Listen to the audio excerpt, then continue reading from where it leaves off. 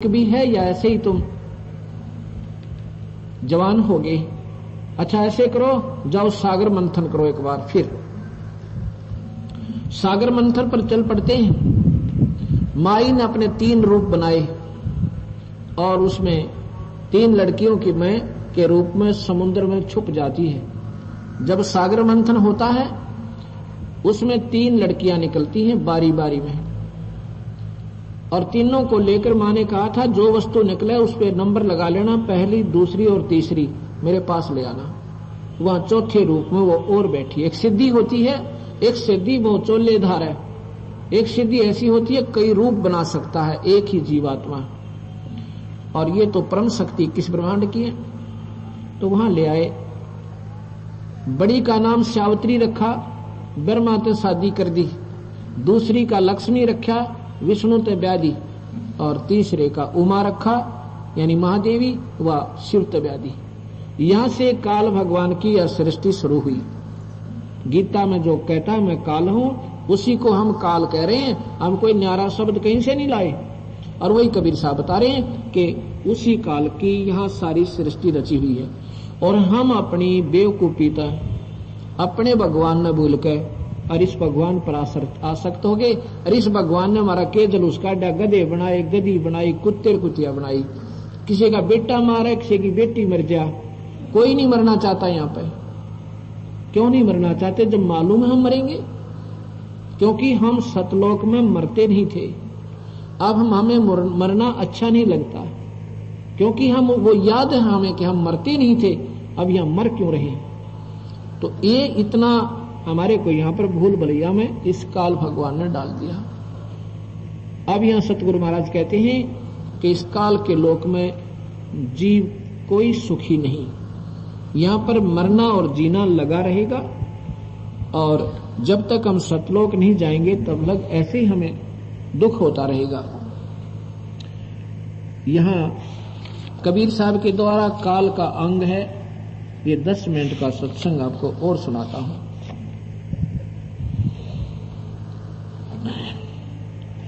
कबीर बारी बारी आपने चले प्यारे मीत, तेरी बारी जीवड़ा नेड़े अवनेत। अपने अपने नंबर में नौके सारे जा रहे हैं, और तेरी भी बच्चों या नजदीक लग रही है, तेरी मरण की बारी भी आने वाली है। हम अपनी मौत की तरफ एक कदम स्वयं जा रहे हैं और डर फिर भी नहीं है। आज कोई 90 साल का हो गया व्यक्ति, वो भी नहीं सोचा 100 वर्ष तो आदमी जीता ही रहता है। अतरे गजब हो ये, इस 90 साल में के कला तोड़ दिया आपने, और 10 साल में के कर देंगे आप। हमने जो करना था, जो यहाँ से पीछा छुटवाना था, हमने साधना करनी थी, वो भूल गए। और कबीर साहब का मार्ग है कि अपने बाल बच्चों में रहो, घर त्याग्य भगवान नहीं मिलेगा। अपने बच्चों में रहो, अपने घर पे रहो, पर साधना श्रेष्ठ और अनुकूल गुरु के करते रहो।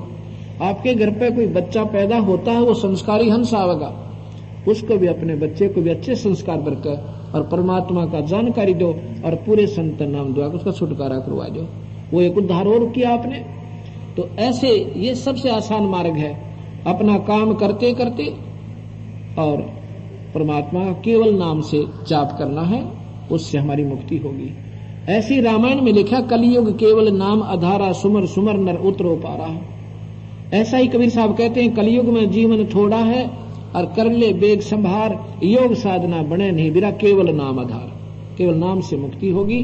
किसी भी युग में देख ले और किसी शास्त्र ने उठा ले, नाम से छुटकारा होगा।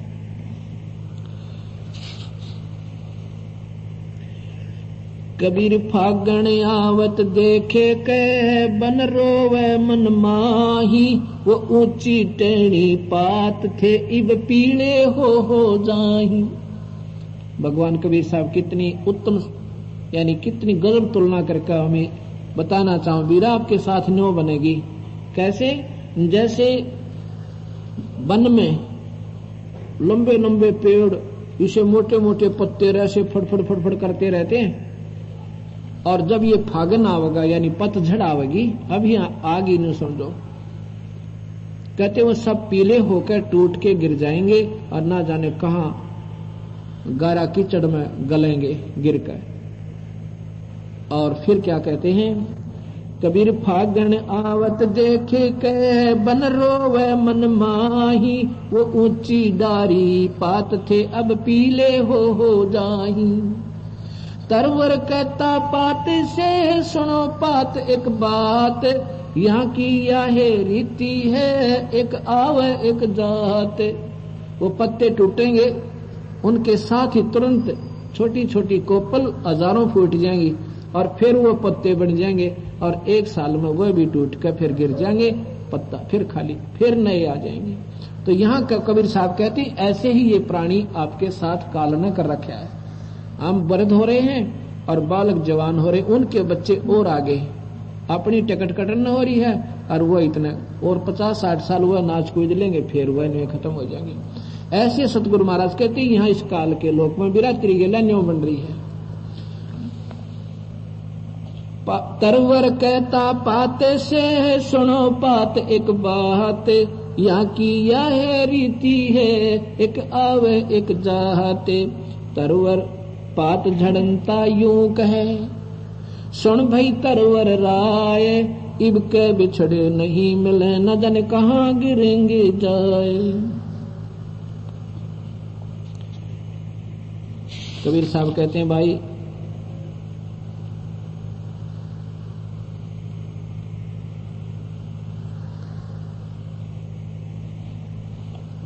यहाँ काल के लोक में जीव अनजान पने में सुखी मानता है, लेकिन यह सुख को नहीं।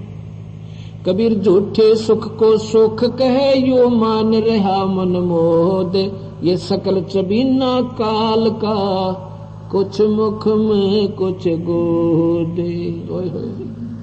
भाई बंदी छोड़ के तुम झूठे सुख ने सुख मान रहे हो। पीछे गुजरात में क्या हुआ था भाई, आपने याद कोई नहीं मेरे ख्याल में। गुजरात में के अनर्थ हुआ था। 26 जनवरी का दिन देश स्वतंत्रता यानी गणतंत्र दिवस की खुशी मना रहा और 3.5 मिनट में और लाखों जीव बेचारे अपने ही मकानों के नीचे, जिनको बनाने में शायद उन्होंने 20-20 वर्ष 2-2 पीढ़ी लगी होंगी, और उन्हीं के अंदर खत्म हो गए। अब बंदी छोड़ के भाई इस झूठे सुख ने सुख मान रहे हो, यहाँ पर ना जाने कब के बिजली पड़ जा। पीछे उसमें उड़ीसा में कितना भयंकर समुद्री तूफान आया था। श्याम ने बेचारे अपनी सोचो उम्मीद ला कर सोए थे, अपने बच्चा ने न्यू करेंगे, सभी की ऐसे हमारी आस्था है, और सुबह उनकी लाश धरती मिली थी।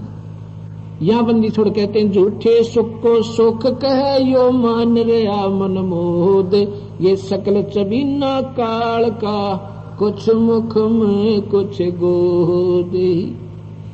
मुख में तो वो है जो रोज 1000 का पूरा कर ले, 1 लाख पूरे कर जाता है, वो तो मुख में आ गए। और बाकिया न झूठे लालच देके ये तेरा बेटा है या तेरी बेटी, और ये तेरी संपत्ति और ये तेरा राजपाट मौज करे।